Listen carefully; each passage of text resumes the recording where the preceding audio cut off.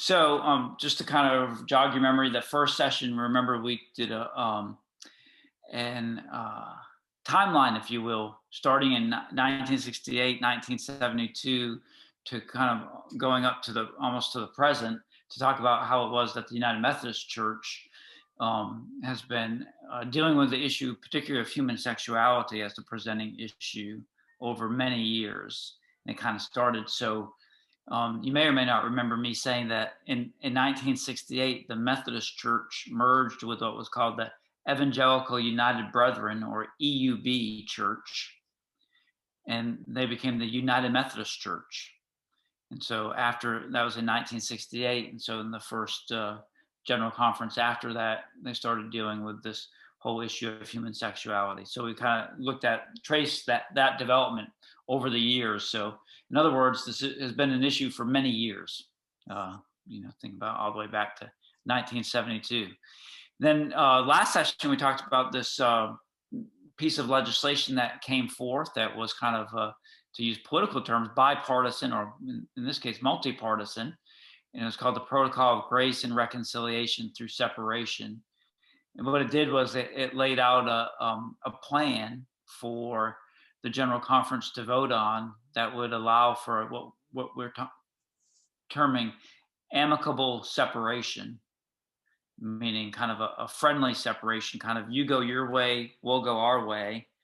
And really it sought to avoid many of the hangups that previous denominations, such as the Episcopal Church or the Presbyterian Church USA, went through when they dealt with the same issue, and they had big fights over property, and churches wanted to leave and they sued the denomination for the property, or vice versa, or the denomination made the local church, if they wanted to leave, pay for property. And so this protocol allows for churches that wish to leave the opportunity to do so with their property and not have to purchase it or get involved in a prolonged legal battle to obtain their property. So we cover some of the nuts and bolts of that protocol and talk about possible outcomes, including the forming of new denominations. We said that there would probably be a new traditional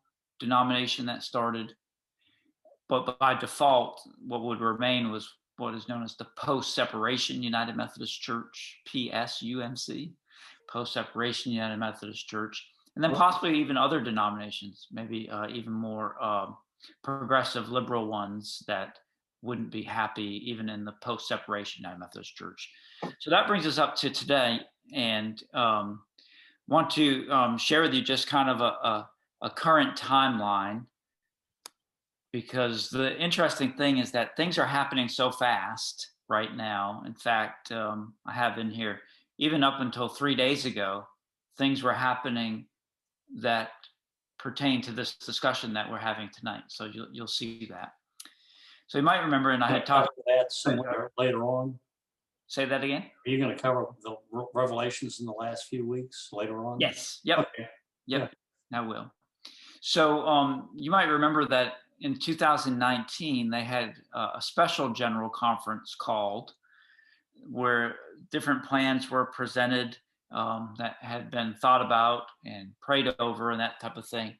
And that the outcome of that special general conference was basically that the language of the discipline that prohibited same-sex marriages from being performed in churches, as well as self-avowed practicing homosexuals to become ministers, was retained.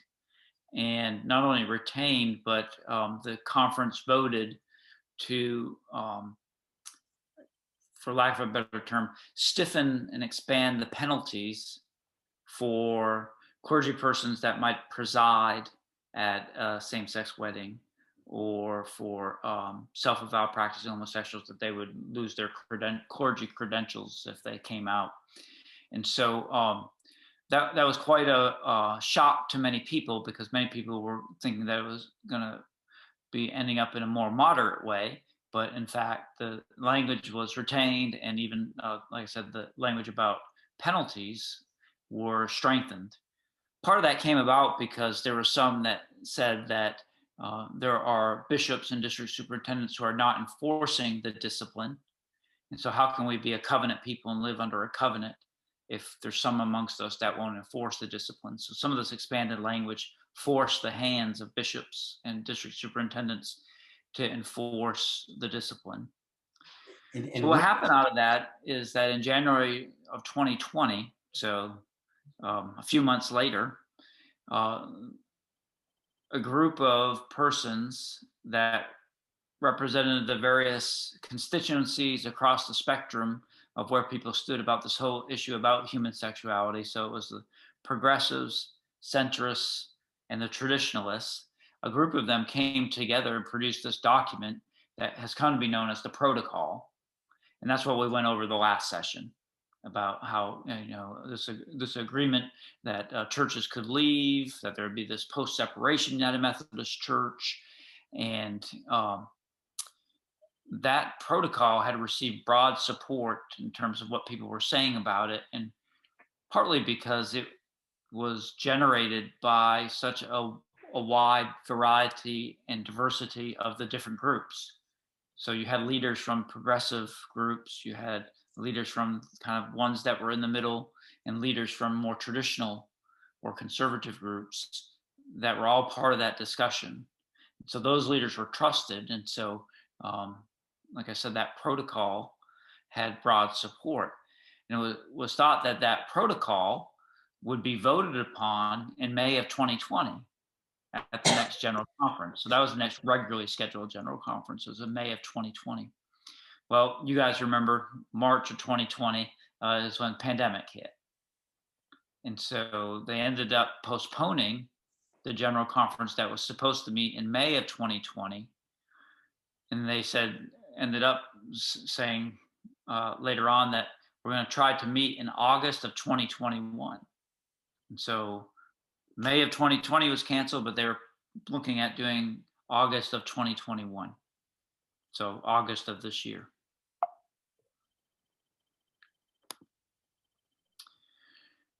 So everyone, nobody knew what the pandemic was going to bring. How long was it going to last? What kind of restrictions would still be in place months later? Was it going to be 3 months, 6 months? Would it be over in a year?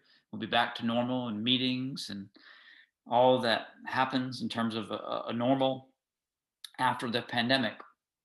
And so there's a group called the Commission on the General Conference, and they decide issues about whether they think that they can successfully hold a general conference. So they met, and after much prayer and discussion and discernment, they came to the conclusion that they could not hold an in-person general conference in August of 2021. So this year, that they weren't going to be able to do that because there's many logistical issues that went into that. And you might remember that I said that a big part of the United Methodist Church and the delegates to the General Conference come from Africa and the Philippines, Europe, and different places. And of course, that travel is very difficult at the current time, both to get into the United States and to get back out of the United States. And even I had understood when they came out with this announcement that some countries required you to post like a bond almost before you leave in order to get back into the country in some of these countries around the world. And so they made that decision. So they said, well, maybe we can do a virtual one. Maybe we could have a virtual conference because, we want to kind of settle this issue, particularly as it related to the protocol and human sexuality. Well, again, the problem with that is with the worldwide nature of the delegates. There's some delegates that are coming from places where they don't have any internet. Not just not any internet, but they don't have electricity. And so it's very difficult for many of them to connect. And then if you do connect them, right, you have all these different time zones all across the world. And so, you might be meeting at 10 a.m. in the United States, but it might be 2 a.m. in the Philippines or, midnight in Africa.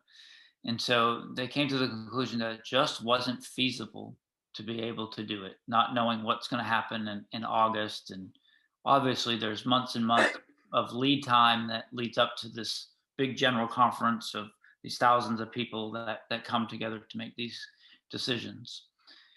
And so they said that they were going to postpone it till August of 2022.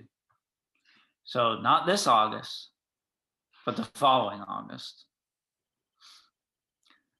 So the next development out of that was that at that same time, on February the 25th of this year, so what that was, well, exactly a month ago. Remember, I said these things are very contemporary.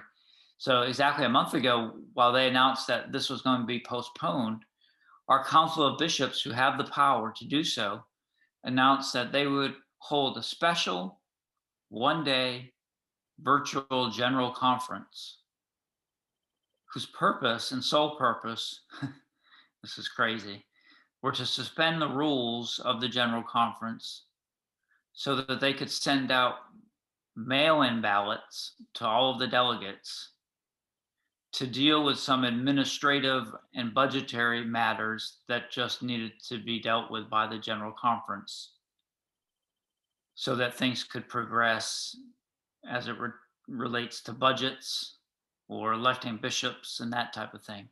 So they had these 12 items that they were going to deal with and by mail-in ballots, but they weren't going to deal with the protocol because they said that the protocol required discussion and that you just couldn't mail somebody a ballot. And so these 12 things were kind of the things that you see at a lot of places at conferences that are, in essence, rubber stamped almost. So they didn't require a lot of debate, but they said, no, we're not going to include the protocol because that would require some conferencing and some debate, perhaps, and the opportunity to amend that legislation, and we won't be able to do that. And so that's where we were until about 3 days ago. Before I get to where we were 3 days ago, let me just say this. In the midst of all that, on March the 1st, a group of traditionalists led by what's known as the Wesleyan Covenant Association, or WCA, announced the name of what will be a new traditionalist denomination that will be called the Global Methodist Church, that will affirm the current language of the discipline and be traditional in its theology, its understanding, its view of scripture, all those types of things that you would normally attribute to traditionalists. And so what they said, though, is that that church won't become official until after that protocol is passed. So no one can really join the Global Methodist Church right now, whether that be other churches or lay people or clergy, because it hasn't officially came into being, but it has just been announced that it will come into being as soon as that protocol is passed. So that was a pretty big deal, them announcing that. And then, like I said, just 3 days ago, the bishops came back, the Council of Bishops came back and said, well, on second thought, we don't think we're going to hold that virtual general conference in May after all. Again, they said because of people's access to internet, even doing a one-day virtual conference, they said, there's just not enough people that can be a part of that. And so they have canceled that. So there won't be any special one-day general conference in May. Instead, what they'll be doing is engaging in some listening across the denomination and at their local conferences, each of the bishops. The bishops will have another meeting in April where they could potentially suggest a new timeline, but we'll have to wait and see. So right now, as it stands, the next thing is the August 2022 General Conference. Right now, there's nothing scheduled, but that's not to say it won't change. It could possibly change, as we've seen these things change so fast here. So where does this leave us? As I said, kind of leaves us where we were waiting for General Conference in August of 2022. it essentially moves the timeline back for any local church decision making. The local church having to decide whether it wants to remain in what's called the post separation United Methodist Church or join a new denomination if the protocol even passes. Um, and so it kind of pushes that off for a year for any local church decision having to be made. And as I put here on this bullet, a year is a long time, and so anything can happen. So it's interesting. I put in parentheses in that second bullet, churches can leave at any time and have a way to do that. But at this point, they cannot leave and take their property. That's the sticking point. So they can't take their property. So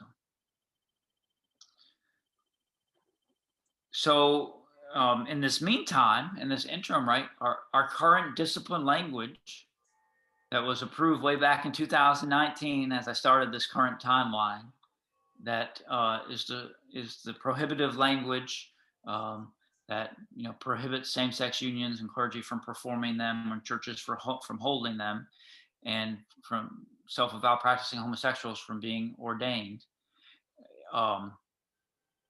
That language is still there. And it's, in essence, the law of the land. Though I say here, just as in the past, enforcement is not uniform. Enforcement is not uniform. So what I mean by that is, say, for instance, here in our conference in Virginia, our bishop has apparently made the decision that she will let charges proceed against clergy that disobey the discipline in these areas. And so she has made that decision. However, there are other bishops and even district superintendents who have made the opposite decision and will do all that they can not to let those charges proceed. I am guessing that the bishop will be soliciting some feedback from the churches and clergy and laity, some form of a listening session, whether that being done on the district level or she seeks a survey or something like that to get people's, I guess, opinions and that type of thing. And so that's a little bit of where that kind of leaves us. And so what does all this mean to Trinity? Well, first of all, it means that there's not going to be any church vote anytime soon. One is that the protocol has to pass, first of all, for any church vote to really occur. The protocol can't pass until there's a general conference. And so the general conference won't be until summer of 2022. So it's not like, this September, we're going to be having a church meeting, a church conference where we're going to be voting on whether to stay in a post-separation United Methodist Church or join the traditional side or join a liberal side denomination. That won't be occurring anytime soon. Also say here that we still hear and see rumbling from each side, and we will continue to do so. So what I mean by that is this. We saw on March the 1st the naming of a new traditional denomination. And so we hear that and see that. But we will also see and hear things on the opposite end of the spectrum. So we will see and hear that persons have presided at same-sex weddings, maybe in the western part of the United States, where that tend to be more accepted by the bishops and district superintendents. And so we'll continue to see that and hear about that from time to time. However, at the end of the day, all these things that are happening on a denominational level don't play a large role in the local church. What I mean by that is we continue to do our thing. We keep focusing on our mission to make disciples of Jesus Christ. So some ways to stay informed, and that's what I think our way forward, absent of any kind of concrete timeline for us to have to move quickly, At this point, we're kind of in a holding pattern to wait and see, but to stay informed as we move forward. So, a couple of places to do that is the United Methodist News Service. Also, there's what's called LaityNet through the Virginia Conference, which is an email list that you can be put on that they send out news and announcements. And so that's a good way to keep up with what's happening. They'll often share stuff that's happened, not just in the conference, but also in the denomination. You can visit what's called the General Conference website of the United Methodist Church.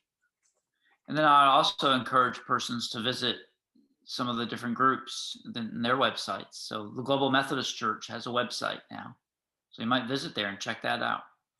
You might want to go visit some of the centrist and progressive websites if you're interested in that. So, but that is the thing that I would say is to stay informed. And so, yeah. So that is the presentation for tonight, and the time for